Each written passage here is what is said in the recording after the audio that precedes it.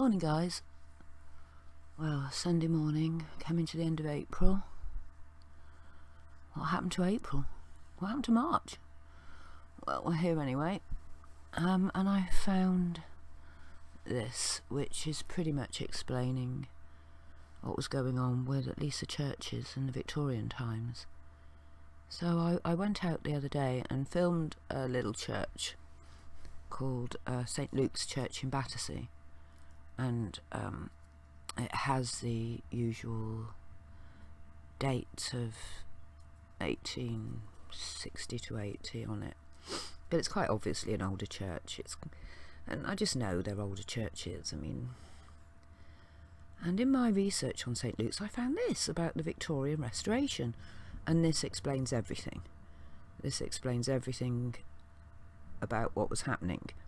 And when I come across articles like this is Wiki. I found it on Wiki. It was a link and brought me here.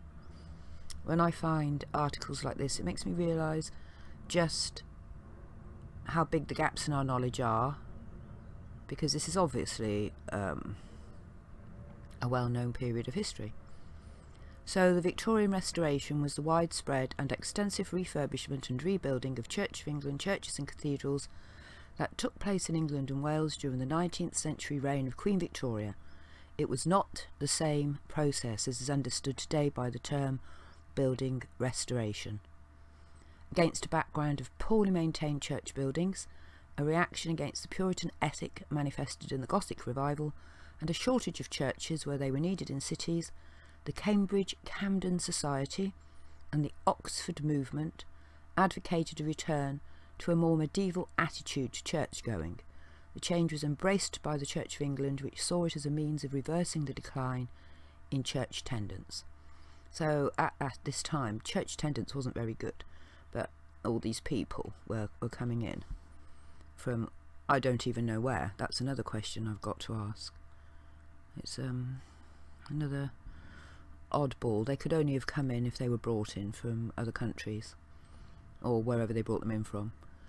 The principle was to restore a church to how it might have looked during the decorated style of architecture which existed between 1260 and 1360, and many famous architects such as George Gilbert Scott and Ewan Christian enthusiastically accepted commissions for restorations. It is estimated that around 80% of all Church of England churches were affected in some way by the movement, varying from minor changes to complete demolition and rebuilding. Influential people like John Ruskin and William Morris were opposed to such large-scale restoration, and their activities eventually led to the formation of societies dedicated to building preservation. So the period of Victorian Restoration has been viewed in a generally unfavourable light. A number of factors working together led to the spate of Victorian Restoration. So here is a building pre-restoration. This is St. Albans Abbey. So if you look, you can see you've got this red brick here. It's not very good to get in really close. If you see it, go really pixelated, but it's alright here. So we've got like castellated red brick here around the edges, red brick here. It's arched, there's a big arched window here. Just one main door here, and then it seems to be raised. This is just a wooden gate, wooden fence. So this is sort of like indicative of the sort of states they were coming across these buildings. I think they said that they were just neglected. This just looks unused, doesn't it? So I'll show you what it looks like.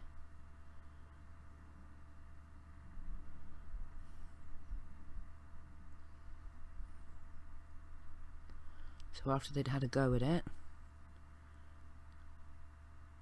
it's a lot different, isn't it? So they've kept this bit in, taken all the castellated bit out. Can't see any red brick here now, can you?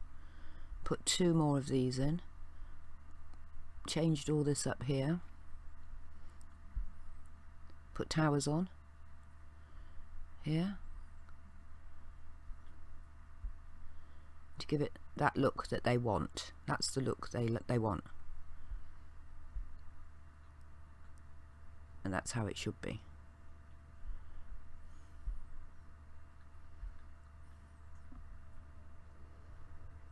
I can't get back to this thing. Here we are. Okay, so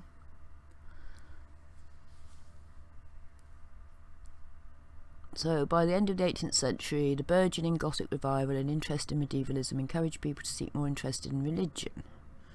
So they said people were all going back to church, and they gave them a lot of money. So they gave them £1.5 million for building new churches, known as commissioners' churches. Most of them cost only £4,000 to £5,000 each to build. Now, the word build is open to interpretation, because that also means restore. So all of this was driven by this Cambridge Camden Society, who were two Cambridge undergraduates, John Mason Neale and Benjamin Webb. So they became really, really interested in looking at medieval churches, and then they sort of like came to this sort of like manifesto almost that dictated what they should be doing. So what they wanted churches to do, they said that the only correct form for a church building was a middle pointed or decorated style, in which churches had been built during the 100 years centred on 1300. And what they wanted, they wholeheartedly recommended this option, since hang on. There were two possible ways in which a church could be restored. You could either restore each of the various alterations and additions in its own style, or restore the whole church to the best and purest style of which traces remain. The Society wholeheartedly recommended the second option, and since virtually every medieval church had at least some small remnant of decorated style, maybe a porch, or even just a window, the whole church would be restored to match it, and if the earliest portions were too late, this was a candidate for a complete rebuild in the correct style. And they were also influenced by the Oxford movement. Now, this sort of gives you an idea of what they did. As an example of the style of work undertaken in one church, in 1870 to 71, the Church of St. Peter in Great Berkhamsted was the subject of a restoration programme by William Butterfield, heard him the other day, whose other works included churches such as All Saints Margaret Street in London. Butterfield's restoration involved the removal of some original features, including the obliteration of paintings on the pillars. The most substantial structural changes involved raising both the roof and the floor of the chancel, raising the roof of the south transept to its original pitch, removing the vestry, incorporating the south porch into the south aisle and removing the door, reflooring the nave, installing new oak benches and replacing an earlier gallery. He also installed clear windows in the clerestory, allowing more light to enter the nave. He extended the aisles by knocking down the dividing walls of two chambers at the west end. On the exterior, he removed the crumbling stucco that had been added in 1820 and refaced the church walls with flint flushwork. So that's how they did it. And I've got a couple of pictures here. This is St. Mary Redcliffe Church. Disappeared.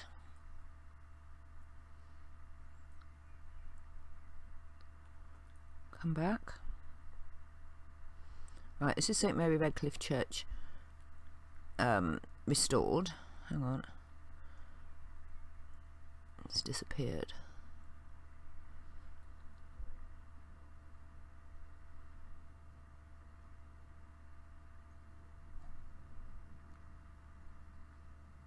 And this is it, pre-restoration. So, yeah.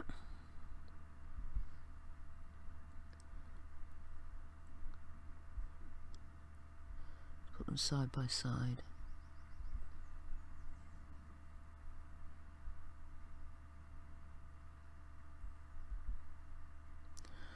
Okay, I don't know if I'm going to be able to get it up here without closing the other one, but You can see they've kept these, but they've tarted them up, been quite faithful with some of the shapes here. They've moved them down, they've been moved down because they're higher up here. Some bits look quite similar, the door, so you can see what they do. Let's close them down.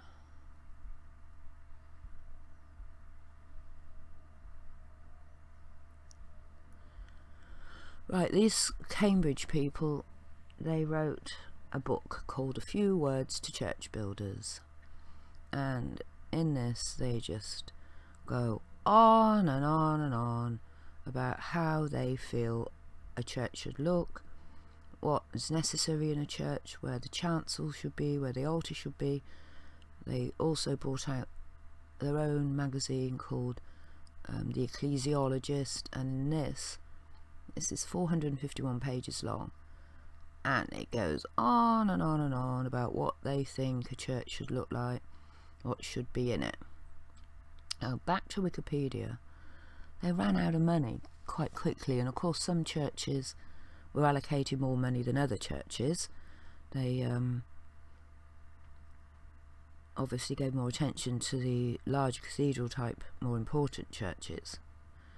But they ran out of money, and then they were given some money from the government again. They had a windfall because Austria owed them some money, gave our government some money. I can't find the reference to it now. So they were given some more money. So they put a lot of effort into these churches, and I guess depending on your status as an architect, you will be allocated certain churches and certain amounts of money. So a total of 3,765 new and rebuilt churches were consecrated in the 40 years up to 1875, with the most active decade being in the 1860s, in which there were more than 1,000 such consecrations. Over 7,000 parish churches in England and Wales, which is nearly 80% of them, were restored in some way between 1840 and 1875. There were 150% more people identified as professional architects in the 1871 census than in 1851. It is known that established architects passed small restoration jobs on to their newly qualified colleagues, since such work provided good practice. Different architects had different degrees of sympathy with original material. Yeah, the Victorian Restoration. So this explains a lot more to me, because with my brick eyes, I've got sky eyes and brick eyes, what I've been noticing with my new brick eyes is the amount of restoration in the brickwork, whereas before it just looked like brick walls. Now I can see the different brickwork, the new brick, where they've replaced bricks, where they've altered windows. It's really quite obvious. So I'm going to play a little video of St Luke's Church. At the moment it hasn't got any narration over it. I don't know whether to put any narration over it or not. I might just put a bit of music for you. But when I go outside, pay attention to the brick restoration. I sort of like zoom in a couple of places, and then there's a little film of a house that I found on the way back home, on the walk home, with a lot of brick restoration. And this is what I'm seeing now. And I think that the Victorian Restoration wasn't just about the churches. I think it was about the houses as well. But that wouldn't have been like so high profile, not being ecclesiastical. But I'll leave the links to this and to the Ecclesiologist and A Few Words to Church Builders. They talk about being a very dark time for the church. And it didn't really work, did it? Because it didn't really get people back into church. I think Christmases, Easters and times like that have always been when you get your numbers up. So hope you enjoy the little video that follows. It's not very long. And thanks very much for watching, guys. Hey guys, well, the first thing we noticed when we came into the church was the incredible vaulted wooden roof and the wonderful light in here. There's no artificial light in here at all, but look how it's illuminated in here with these small arched windows. It really is quite supernatural. Beautiful. It was quite a nice church. The secretary of the church allowed us in. We were sort of mooching about, and I asked when we could go in to have a look, and she said, well, I'm here for 10 minutes. You can go in now and have a look if you like. So we did, and we didn't spend long in there. We just walked around once, and this is what the architects would have put in. You can also see some restoration on the inside and the brickwork. So this Cambridge Society had a real thing against pews in churches. They wrote a lot about why to get rid of pews in churches, loads, and have removable seats. They just went on about it, wrote tomes on it. So this is one of the reasons why you don't find pews in churches anymore, but you find all these horrible little metal chairs and things, was partly because of them. And they also had ideals on how the church was supposed to be set up, where features should be, so they just knocked out anything that didn't fit their remit and put in new stuff, and then they said they built it. Some of the churches were probably in quite a bad state of disrepair.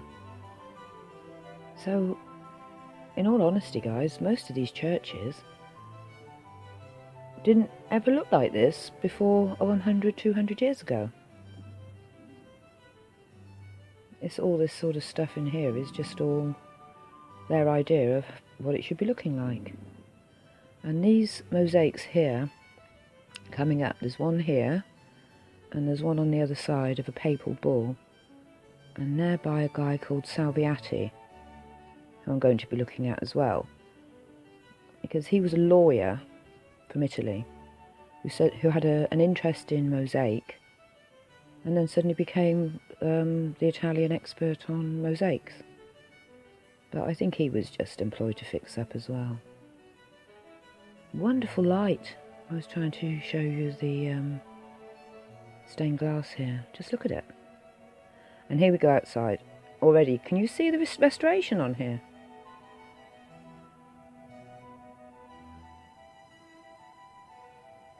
So I looked at this and I thought, this wasn't built in Victorian times. It's no. You get a feel, you just know. And then when you look in closer at the brickwork, you can see where it's all been patched up. New bits put in. There's your lightning rod.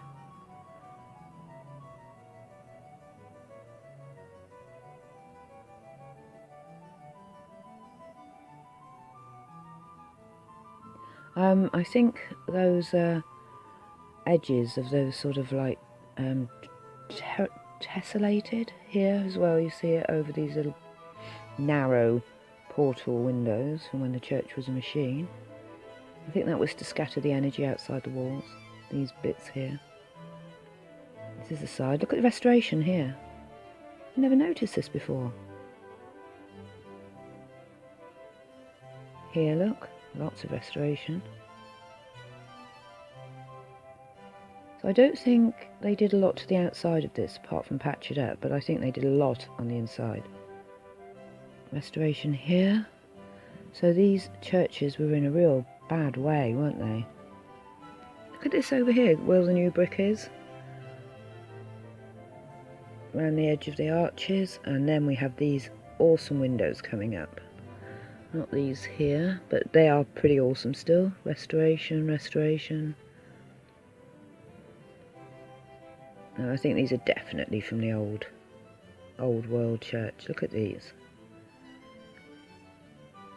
Aren't they awesome?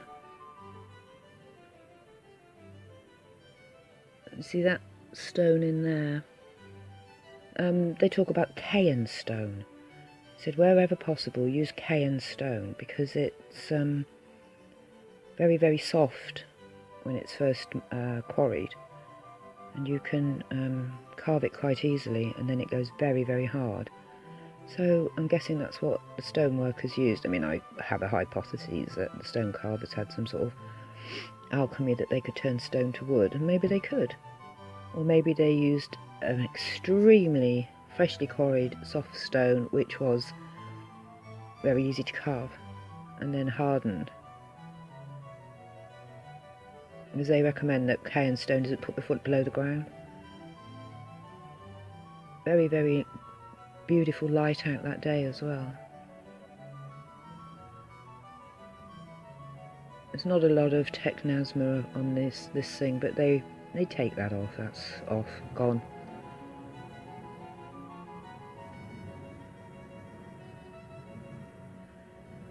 And on this wall here there's more restoration, but it's difficult to see.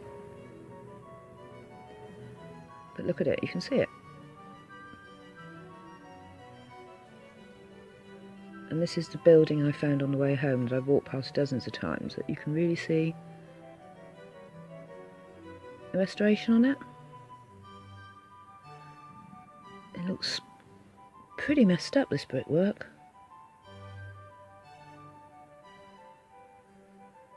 Look at it.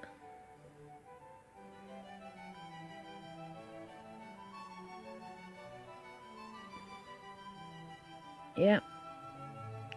Thanks for watching, guys.